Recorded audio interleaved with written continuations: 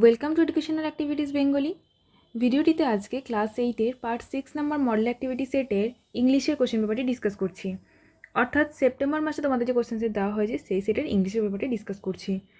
Class 8-এর বাকি সাবজেক্টগুলি solution link তোমরা description বক্সে পেয়ে যাবে, অথবা চ্যানেলটি প্লেলিস্ট থেকে সেখান থেকেও দেখে নিতে পারো, কিংবা উপরের আই বাটন ক্লিক করে সেখান থেকেও দেখে নিতে পারো। কোশ্চেন পেপারটি দেখো, এখানে অ্যাক্টিভিটি 1-এ বলছে read the following passage and answer the questions that follow. প্যাসেজটি পড়ে নিয়ে নিচে কিছু কোয়েশ্চেন আছে, সেগুলো অ্যান্সার করতে হবে। এখানে এ আর বিতে দুটো কোয়েশ্চেন সেট দেওয়া হয়েছে। এতে আছে টোটাল 3 নাম্বার, বিতে আছে 6 number. Activity 2, change into indirect speech. Narration change করতে হবে। 4টে সেন্টেন্স দেওয়া হয়েছে, কোয়েশ্চেন মার্ক, টোটাল এখানে 4।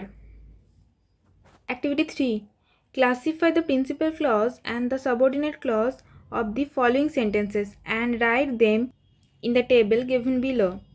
অর্থাৎ এখানে যে 5টা সেন্টেন্স দেওয়া হয়েছে সেই 5টা সেন্টেন্সের প্রিন্সিপাল ক্লজ আর সাবঅর্ডিনেট ক্লজকে আলাদা করে এই ছকের মধ্যে লিখতে বলা হয়েছে।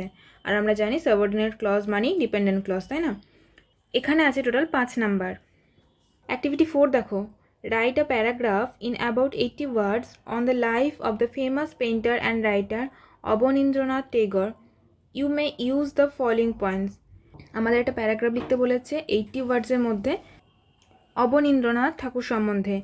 এখানে বলা হচ্ছে you may use the following points. এই পয়েন্টসগুলো তুমি সেখানে ইউজ করতে পারো। প্রথমে দেখো বার্থ পয়েন্ট করা আছে, অর্থাৎ তার জন্মসাল, তারিখ এবং জন্মস্থান। প্যারেন্টসের নাম দেওয়া আছে, সিবলিংসের নাম দেওয়া আছে। এডুকেশন, কিসের জন্য বিখ্যাত ছিলেন তিনি, noble work of art, important books, death. ঠিক আছে, তাহলে অ্যাক্টিভিটি 1-এ যে প্যাসেজটা দিয়েছে সেটা আমরা দেখে নিই। King Arthur could give peace and prosperity to England. রাজা আর্থার ইংল্যান্ডকে উপহার দিতে পেরেছিল শান্তি আর সমৃদ্ধি। The greedy barons were unhappy with King Arthur because he was gentle and just. লোভী ব্যারনরা অসুখী ছিল বা অসন্তুষ্ট ছিল রাজা আর্থারের জন্য, কারণ তিনি ছিলেন, মানে রাজা আর্থার ছিলেন খুবই নম্র, ভদ্র এবং ন্যায়পরায়ণ। He married the beautiful lady Guinevere, daughter of King Cornwall. তিনি বিবাহ করেছিলেন সুন্দরী মহিলা গুইনেভারকে, যিনি কিনা রাজা কর্নওয়ালের কন্যা ছিলেন। অন দ্য ওয়েডিং ডে, বিবাহের দিন, Merlin took him to a richly gilded pavilion.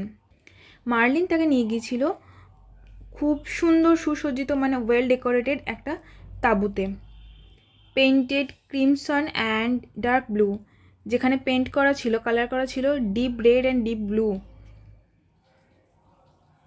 The floor was marbled, মেঝেটা ছিল মার্বেল করা।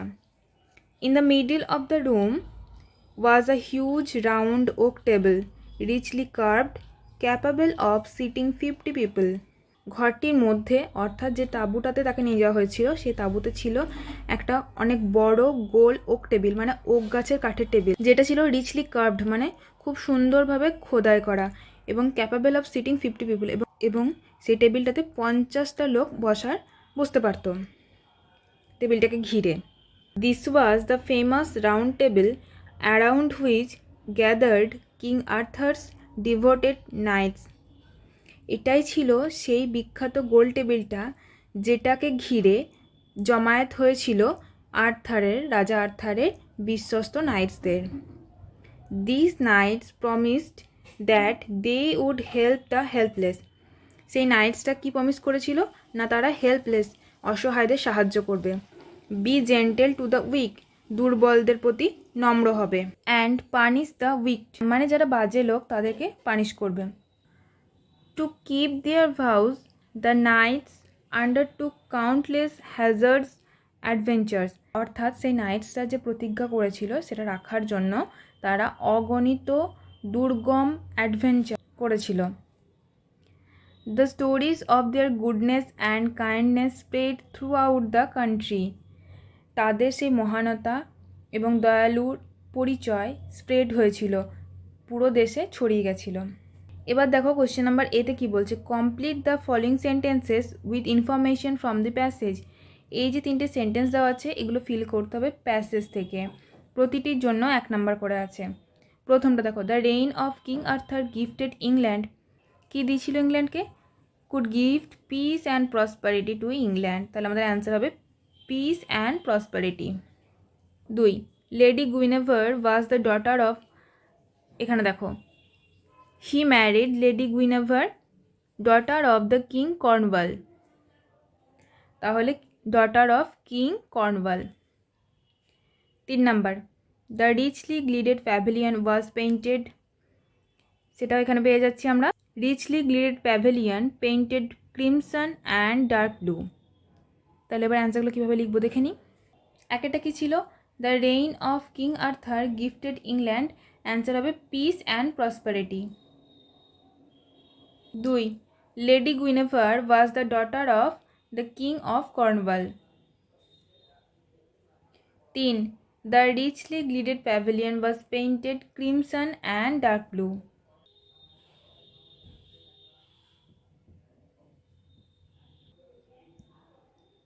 নেক্সট বিতে বলছে কি দেখো, অ্যান্সার দ্য ফলোইং কোয়েশ্চেন্স, এই 3টে কোয়েশ্চেনে অ্যান্সার করতে হবে, প্রতিটির জন্য 2 নাম্বার করে আছে, ঠিক আছে।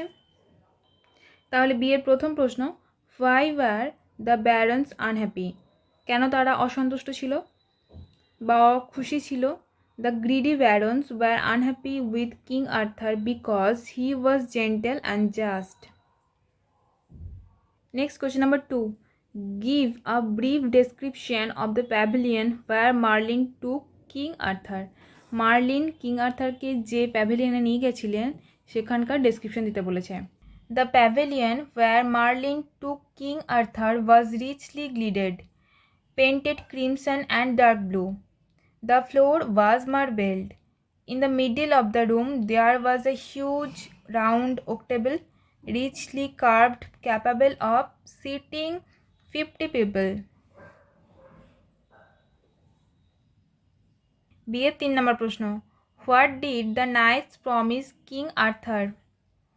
King Arthur's devoted knights promised that they would help the helpless, be gentle to the weak and to punish the wicked. Next activity 2, এখানে ন্যারেশন চেঞ্জ করতে বলা হয়েছে। 4টে কোয়েশ্চেন আছে, প্রতিটির জন্য 1 নম্বর করে, তাহলে টোটাল হচ্ছে 4 নাম্বার। প্রথমটা দেখো, my father said to me may God bless you. May God bless you, এটা যেহেতু ইচ্ছা প্রকাশ করছে তার জন্য আমরা এই সেড টুটাকে লিখব উইশড। এরপর দেখো, my father wished me that God might bless me. May God bless ইউটা ইনভার্টেড কমার থেকে বেরিয়ে এসে এটা হয়েছে God might bless me. 2, the police officer said don't go there. Inverted কমার মধ্যে যেটা আছে যে ডোন্ট গো দেয়ার, যেতে না করছে, নিষেধ করছে, অর্থাৎ এটা একটা অর্ডার দেওয়া হচ্ছে, পুলিশ অফিসারটা অর্ডার দিচ্ছে যে সেখানে যেও না। এখানে লেখা হয়েছে দেখো, the police officer order not to go there. Do নটটাকে ডোন্ট লেখা হয়েছে গো দেয়ার, যেতে না করছে, অর্থাৎ not to go there. 3, Ravi said the earth revolves round the sun. Ravi said that the earth revolves round the sun. এখানে inverted কমার মধ্যে যে পোর্শনটা আছে কোনো চেঞ্জ হলো না, কারণ এটা চিরসত্য, এটা কোনোদিন মিথ্যা হবে না, তার জন্য শুধুমাত্র দ্যাট ইউজ করে যেমন ছিল সেরকম লিখে দেওয়া হয়েছে। Last, the headmaster said to me where do you live. এখানে দেখো ইনভার্টেড কমার মধ্যে যে পোর্শনটা আছে সেটা প্রশ্নবোধক, ইন্টারোগেটিভ, সেজন্য ন্যারেশন চেঞ্জে আমরা কি লিখেছি দেখো, the headmaster asked me where I lived. ঠিক আছে। Activity 3, classify the principal clause and the subordinate clause of the following sentences and write them in the giving table. অর্থাৎ এই যে 5টা সেন্টেন্স দেওয়া হয়েছে, 5টা সেন্টেন্সে প্রিন্সিপাল ক্লজ আর সাবঅর্ডিনেট ক্লজকে আলাদা করে এই ছকের মধ্যে লিখতে বলা হয়েছে। প্রথম সেন্টেন্সটা দেখো, as it is raining I will not go out. যেহেতু বৃষ্টি পড়ছে আমি যাচ্ছি না, তাহলে প্রিন্সিপাল ক্লজ কোনটা হবে? I will not go out, দেখো সেটাই লিখেছি, I will not go out. Subordinate আর ডিপেন্ডেন্ট তো একই, তো আমি এখানে ডিপেন্ডেন্ট ক্লজ লিখেছি, সেটা কোনটা না, অ্যাজ ইট ইজ রেনিং, যেহেতু বৃষ্টি পড়ছে সেটা হচ্ছে dependent clause. It is certain that a barking dog does not bite, তাহলে এখানে প্রিন্সিপাল ক্লজ কোনটা? ইট ইজ সার্টেন, দেখো সেটা লিখেছি, it is certain that a barking dog does not bite, এটা হচ্ছে dependent clause. 3 number, this is the place where Rabindranath was born, এটা সেই জায়গা যেখানে রবীন্দ্রনাথ জন্মগ্রহণ করেছিলেন। তাহলে দিস ইজ দ্য প্লেস এটা হচ্ছে principal clause, this is the place এটা হচ্ছে প্রিন্সিপাল ক্লজ। আর ওয়্যার রবীন্দ্রনাথ ওয়াজ বর্ন এটা সাবঅর্ডিনেট ক্লজ বা ডিপেন্ডেন্ট ক্লজ বলতে পারো। 4 number, what he says is not true, সে যেটা বললো সেটা সত্য নয়, তাহলে ইজ নট ট্রু এটা হচ্ছে প্রিন্সিপাল ক্লজ, বাট এখানে কোনো সাবজেক্ট নেই, তার জন্য আমরা এখানে ইটটা ইমাজিনারি বসিয়েছি। ইট ইজ নট ট্রু এটা হচ্ছে প্রিন্সিপাল ক্লজ, আর হোয়াট হি সেজ এটা হচ্ছে ডিপেন্ডেন্ট ক্লজ, ঠিক আছে। 5, if you meet Zarin give her this book, যদি তুমি জারিনের সাথে দেখা করো বা সাক্ষাৎ হয় তুমি অবশ্যই তাকে বইটা দিয়ে দিও। ইফ ইউ মিট জারিন, যদি তুমি দেখা করো, তাহলে এটা হচ্ছে ডিপেন্ডেন্ট ক্লজ বা subordinate clause. Give her this book, বইটা তাকে দিয়ে দিও, এটা তাহলে কি প্রিন্সিপাল ক্লজ। তো প্রিন্সিপাল ক্লজে কি লিখেছি দেখো, ইউটাকে ব্র্যাকেটে রেখেছি, কারণ এখানেও তাই গিভ হার দিস বুক এখানে ছিল না, তার জন্য এটা আমাকে দিতে হয়েছে। আর ইফ ইউ মিট জারিন এটা তো সাবঅর্ডিনেট ক্লজ। অ্যাক্টিভিটি 4 এর অবনীন্দ্রনাথ ঠাকুর সম্বন্ধে একটা বায়োগ্রাফি লিখতে বলেছিল, একটা প্যারাগ্রাফ লিখতে বলেছিল 80টা ওয়ার্ডে, যেখানে কিছু পয়েন্টস দেওয়া ছিল, তো সেই পয়েন্টসগুলো ইউজ করে আমি একটা প্যারাগ্রাফ লিখেছি। Abanindranath Tagore is one of the greatest son of Mother India. He was the principal artist and creator of the Indian Society of Oriental Art. He was born on 7th August 1871 at Jorashako, Calcutta. His father was Gunendranath Tagore and mother Sodamini Devi. His siblings were Gaganendranath Tagore and Sunayani Devi. Abanindranath Tagore studied in Sanskrit College under the University of Calcutta. After that, he attended the Government College of Art and Craft. He was famous for his paintings and writings. His notable works of paintings are Bharat Mata and The Passing Away of Shahjahan.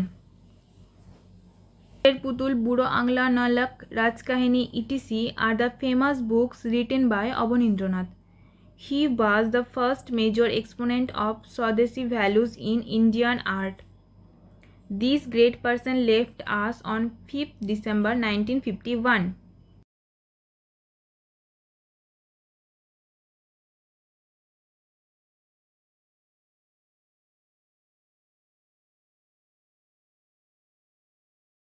তাহলে class 8-এর part 6 নম্বর model activity সেটের ইংলিশের পেপারটি আমরা discuss করে নিলাম। ভিডিওটি এখানেই শেষ করছি। ভালো লেগে থাকলে অবশ্যই লাইক করো, শেয়ার করো ভিডিওটিকে। পরবর্তী ভিডিওগুলি পাওয়ার জন্য চ্যানেলটিকে অবশ্যই সাবস্ক্রাইব করে রাখো। Thank you.